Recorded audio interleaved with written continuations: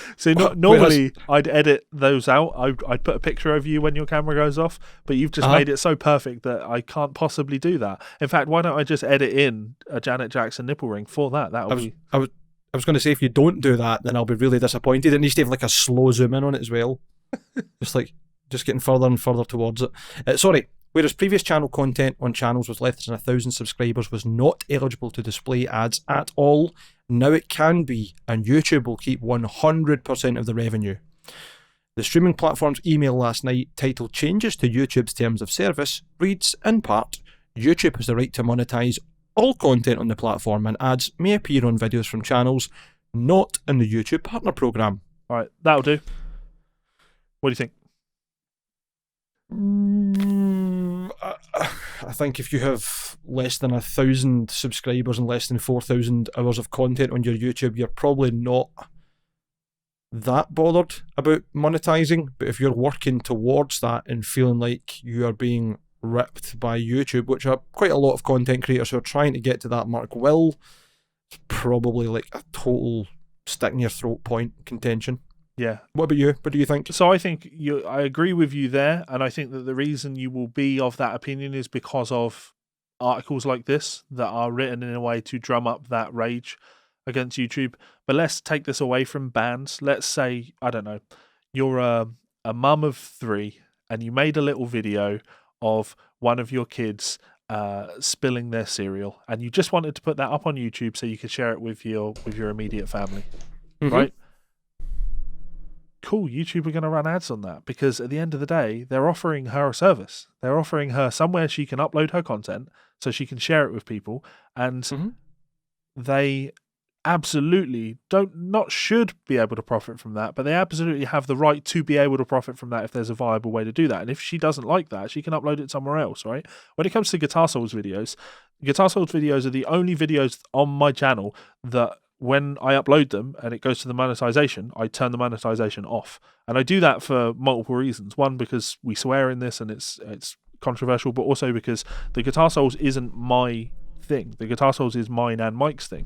So it would feel complicated to monetize it and then have to deal with the 10p that each episode makes and, accounting for that type of thing. So I just don't want it monetized for that reason, just to make it as simple as possible.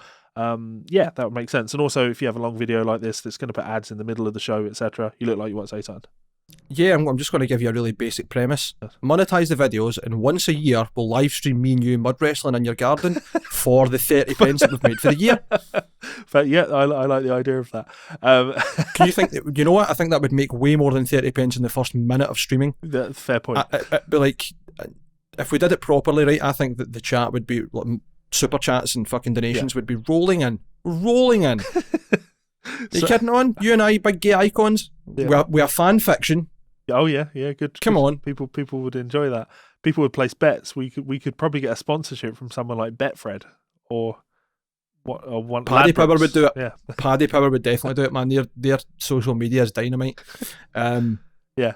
Let's move away from this because I get the impression this is going to turn into some sort of slippery slope. Sure. Before I know it, you and I are naked in a garden with a camera.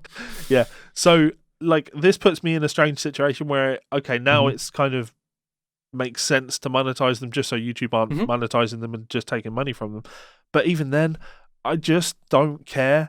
And I have a channel with 35,000 subscribers on it, and I don't care about YouTube monetizing a video because even at 35,000 subscribers, my channel just doesn't make enough money especially on a single video, for me to even give the slightest shit about it. Like, my channel, 35,000 subscribers, I do 100,000 plus views a month. Like, my channel will bring in £150 a month. Like, in the grand scheme of things, it's just irrelevant. And sure, £150 isn't be scoffed at, but when you consider I've got 900 videos on my YouTube channel, like, that's the money that all of those 900 videos make. Like, if YouTube just wanted to take one of those away and monetize it for themselves, like, sure, a little bit predatory, but enjoy my 2 pence. Like, it's over the last week, I've got a couple of emails from YouTube actually where I don't know if someone's manually reported these or if these have just been picked up, but a couple of my videos have been age restricted. So you would either have to be logged in you'd have to be logged in order to watch the video so you can age verify. And and these aren't rage time videos. Like there was a guitar lesson of me teaching a Monuments riff, right, and that got age restricted, and I appealed it, and the appeal got rejected, and so I've worked out why it was rejected, why these videos have been age restricted, right? They're age restricted. No, I didn't at all, but I'm wearing my Glenn Fricker shirt that says fucking subscribe, right? So they've been age restricted for that reason, right? So those videos get a lot more views than these videos that you're talking about here for bands that have less than 1,000 subscribers on their channel, right? They get a lot more views than that. But again, I don't care, because those videos being functionally demonetized, age-restricted videos is a functional demonetization. Cool. That's 5p this month that I won't earn. Like, it's just for anybody that this would make enough of a financial difference to actually matter to you, your videos are going to be monetized and you're going to be making your money on them. And for the people that YouTube are going to be exploiting in these, your videos are going to be making no fucking money anyway in the grand scheme of things, and you're still having a service provided to you for YouTube. Why does Vince Neilstein, that wrote this article, just think that there's some sort of fucking entitlement that everybody should have access to just be able to upload as much video content as you want and just share it wherever you want, and the website that hosts all of that shouldn't be able to have some way that they can monetize that? It's just ridiculous. Think about, like, we've done 83, this is the 84th episode of this podcast. Every single one of them is over an hour long, some of them 2+ hours. So we've got over 100 hours of video, high definition video content that is just hosted on the internet where people can watch it, right? It's everything that I do on YouTube is free, right? That doesn't cost me anything. If you're not watching this on YouTube right now and you're listening to this on, say, Spotify, that costs us money for that to be there, because we have to pay for the hosting to have this podcast hosted just in audio form on SoundCloud. So that costs us money, and yet serving it out with both audio and video, which is clearly the far superior way of doing it, doesn't cost us a penny. I can't possibly be annoyed that YouTube want to maybe claw back a little bit of money. Do you see where I'm coming from? Totally. And I think it's not a black or white issue in that regard. I don't think it's that channels under 1,000 should be getting lots of money. Obviously not. They're not getting engagement. They're as you put it, they're on a platform that's providing a service for them for free. And I also don't think that what you're saying necessarily has to be fully true, as in, like, YouTube should be allowed to claw back 100% money on this, because these could be videos that, just as a total talking point, right? An example, this could be a video that goes viral and gets 5 million views. So that's quite a lot of advertisement revenue. Whether this person's got 1,000 subscribers or not, or 4,000 hours of content watched, right? I mean, that would break that barrier very quickly, I would think, unless it's a very short video. But there's a really, really simple, easy way to make everybody happy. And I think the other thing to consider is the optics of this from Metal Sucks is bands specifically, as you said yourself. It's not just about that, it's about anybody uploading content. It's going to be different from a 5-piece band who are trying their best to get signed. Well, they're unsigned at the moment. They've only released their first recording. They paid all the money for it. They put all the money into a video, and then that gets hijacked versus somebody that's put a clip up from their kids running about in the garden that they managed to get for VHS onto digital content. You know what I mean? Totally different things. Sure. But more common. Worth pointing out, more common. Way more common. Those types of videos that's largely what a lot of content on YouTube is. You're right. Some of it is not content in terms of designed for other people to engage with. Sometimes that's just like a storage and sharing way between families. Like if you put things on your own private Google Photos or your Google Drive, that kind of thing. So I totally get that, right? But I think personally there is a middle ground to be had that would appease everybody. If you have under 1,000 subscribers but your videos start to go viral and they've got the advertising switched on them through YouTube, because they're allowed to, if you're not in the YouTube Partner Programme, we'll still incentivise you and give you a little bit, right? Even if it's like fucking, I don't care, like 5-10%, right? Still an incentive for you to push past that 1,000 subscribers. Still an incentive for you to then get to the point where you can do the YouTube Partner Programme. It's an incentive to upload your media and use YouTube, as people already do. Fosters a good relationship. So if the YouTube Partner Programme had went from anybody can monetize to, or hadn't went, from anyone and then restricted from 1,000 with 4,000 hours watched time, but if they'd done it in a staggered tier system, I think that would be a much better approach. And I think it would completely invalidate all these comments, and YouTube would still make the majority of the money and still be giving other people, younger bands, doesn't matter whether it's somebody that's just got random content on there, there's a wee bit of money. And it doesn't even matter if it's like real money, if they give them it as like a credit on Google or whatever, because I know that YouTube and Google in partnership, or YouTube is owned by Google. Yep. Here's credit for the Play Store, here's credit for the Google website, here's a gift card. You know, like... Yeah, I actually do agree with you on that, because while the examples that you're talking about there, where like a video goes viral, is such a fringe example, when you compare how many videos just won't go viral, that will still happen. And like, for example, when Kieran went viral, or when Marcus went viral, certainly when Marcus went viral, the first thing I said to him was, get your fucking channel monetized right now. That video's sat at 100,000 views. Nobody's making any money on there. Like, fucking get on it. And it's not like you can get monetized like that. You know, you've got to apply to be part of the partnership program.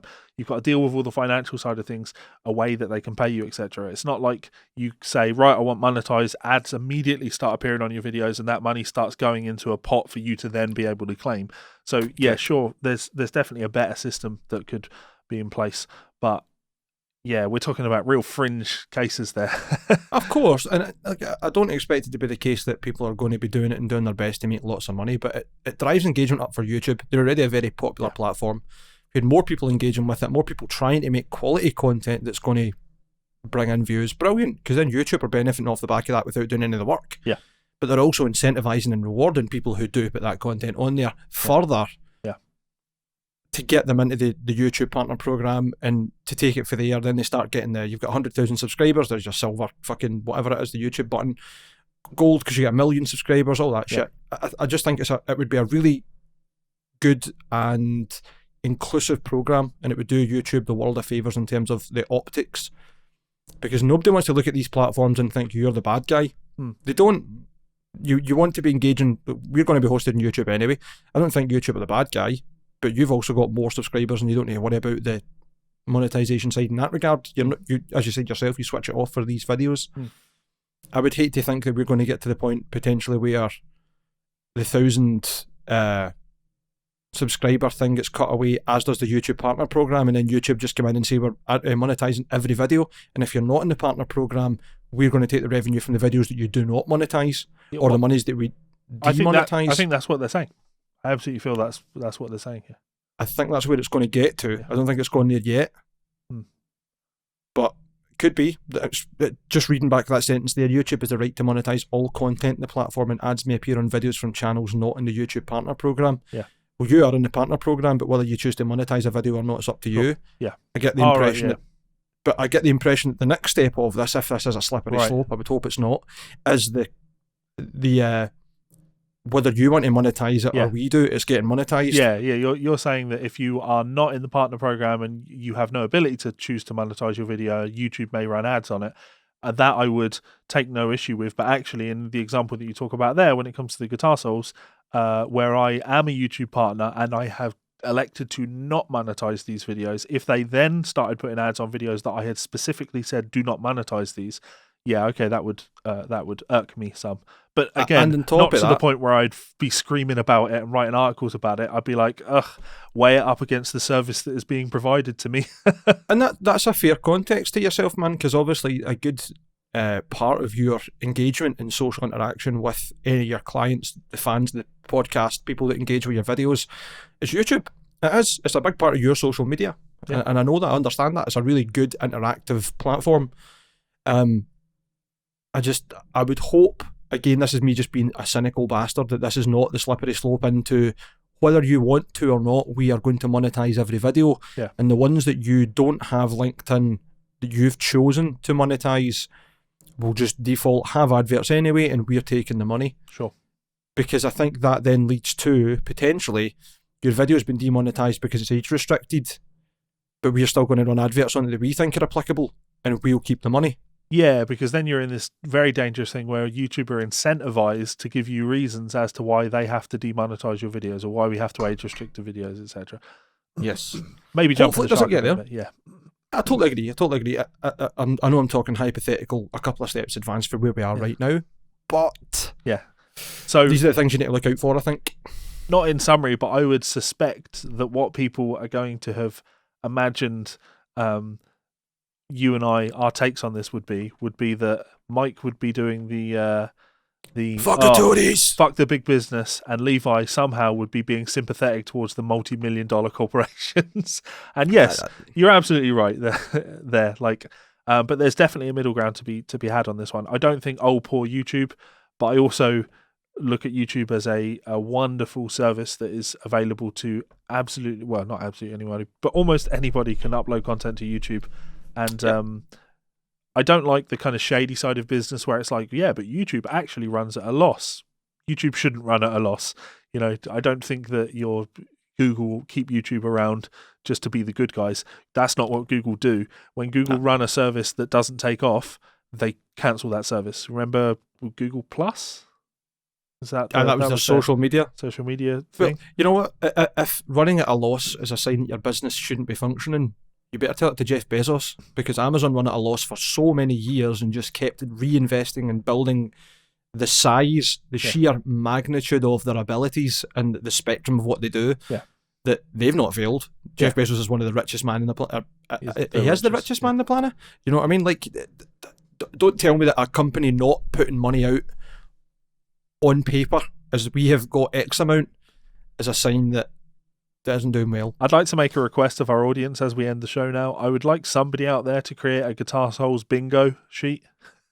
And in the middle of that bingo sheet, the free thing that you get every single episode is Mike whinging about Jeff Bezos. Aye, that's pretty common, to be fair. There's always a way to work him in. So the couple that I request to be added, that's definitely one, right? God. You mentioned about not being a lawyer. Yeah, of course. You giving me a hard time for mentioning politics. Yeah. Me mentioning politics. You being disappointed by the outro. Well, that should be a free spot now. I should say this to everybody. When I saw Mike the other night and I left his house, me and Melissa left his house, he literally said "bye fuckers" to us. So he can do it in person, but not on the show anymore. We totally weren't in the same house, Levi. We didn't break. This was lockdown before restrictions. lockdown. This was before. We're still lockdown in tier 3. You're not supposed to be in houses. Well, people outside of the show don't know that, do they? So outside of Scotland, you can just redact all that information because yes, we were in the garden, socially distanced. I mean, we were in the garden when you said that to us. So you were. That's fair. That's fair. Yeah. Oh no, I've got us in all of this trouble. Oh, better distract everybody. This show has been brought to you by our friends over at Ormsby Guitars. If you have the time, please do head on over and follow them on Instagram to see more of their incredible work. I'm actually spending more and more of my time each day scrolling through Instagram and really getting the appeal of looking at incredible instruments like this. It just makes you want to order something really, really special. Of course, you can always contact them if you want to order a custom shop guitar, or head on over to their website, check out the pre-order section and get involved on the upcoming Goliath Run 14. Again, one of these guitars can be pre-ordered for as little as $1,200 US. That's an incredible price. That's a lot of guitar for very little money. So if you want something like this in your life, head on over to ormsbyguitars.com and get involved. Thanks so much to Ormsby, and we'll see you for another show soon. Laters. So as always, a massive thank you to our friends over at Ormsby Guitars. Hopefully the edit of the show went down well and nobody noticed all of the dodgy things that kept happening. But if you did notice those, just be distracted by those beautiful guitars. Go and look at those pretty Ormsby guitars and let them know that we sent you. And yeah, one more for the bingo card. Sure. My camera going off and you editing something nice in. I mean, again, that's just a free space because your camera only stays on for 30 minutes and we 20 minutes. We talk and talk. So we do. Yeah. I do actually like the idea of a Guitar Souls bingo card though, because there are just too many things that are likely to come up on the show. Us ranting and raving about Gibson, of course. I was going to say the wild cards are Kieran Gibson, getting mentioned. Kieran, TTM, Fender. Mentioning our partners.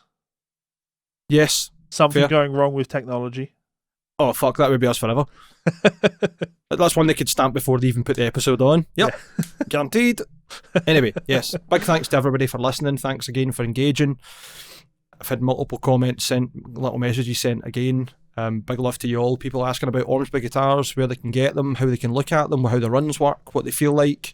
If anybody's out there that's curious and wants to try one, I'd be more than happy to put one of mine in your hands if I'm nearby you, or if we can socially distance visit. We can't at the moment, obviously in Scotland we've got tier 4 lockdown, but however it works we'll do it.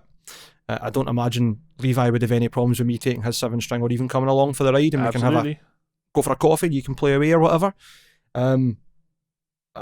Just as Levi said again, big thanks to Perry and the guys.